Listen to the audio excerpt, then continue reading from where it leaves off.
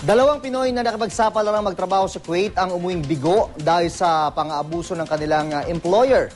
Pero ang mas masakla pa rito, hiningan pa raw sila ng pera ng ilang opisyal ng ating embahada roon para ipambayad sa abogado, bagay na mahigpit na ipinagbabawal ayon sa Department of Foreign Affairs. Balitang hatid ni Cara David. Kasi yung naglaro po yung dalawa niyang anak. Bagamat balik Pilipinas na, hindi pa rin daw malimot ng domestic helper na tatawagin nating Ana kung paano siya pinagmalupitan ng amo sa 2 taon niyang pamamasukan sa Kuwait. Kaya naman tumakas siya at humingi ng tulong sa Philippine Embassy sa Kuwait. Inuntok pa nga po ako sa pader eh. Pero imbis na tulungan magsampa ng kaso, pinayuhan daw siyang makipag-areglo na lamang sa kanyang employer.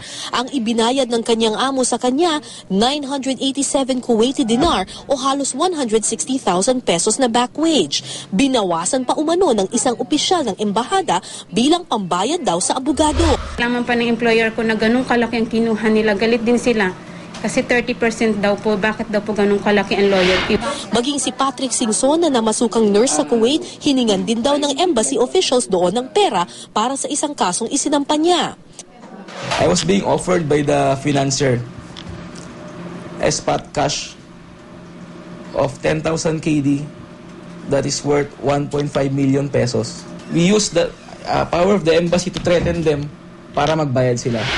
Giit ng Blas Ople Center, maling hingan ng pera ang mga OFW para sa pag-aareglo sa kanilang kaso. We want an investigation para ma-reconcile. Ilan na yung mga kaso na inareglo na lang nila doon at kinukuha yung 30% dun mismo sa pera ng worker. Sabi naman ng Department of Foreign Affairs, gobyerno talaga ang dapat sumasagot sa lahat ng legal fees ng mga OFW. May nakalaan kasing pondo para rito.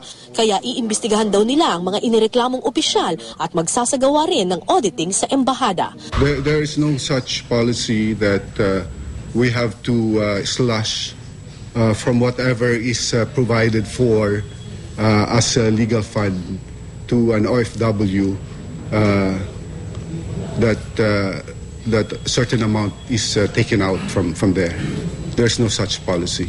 Cara David, GMA News.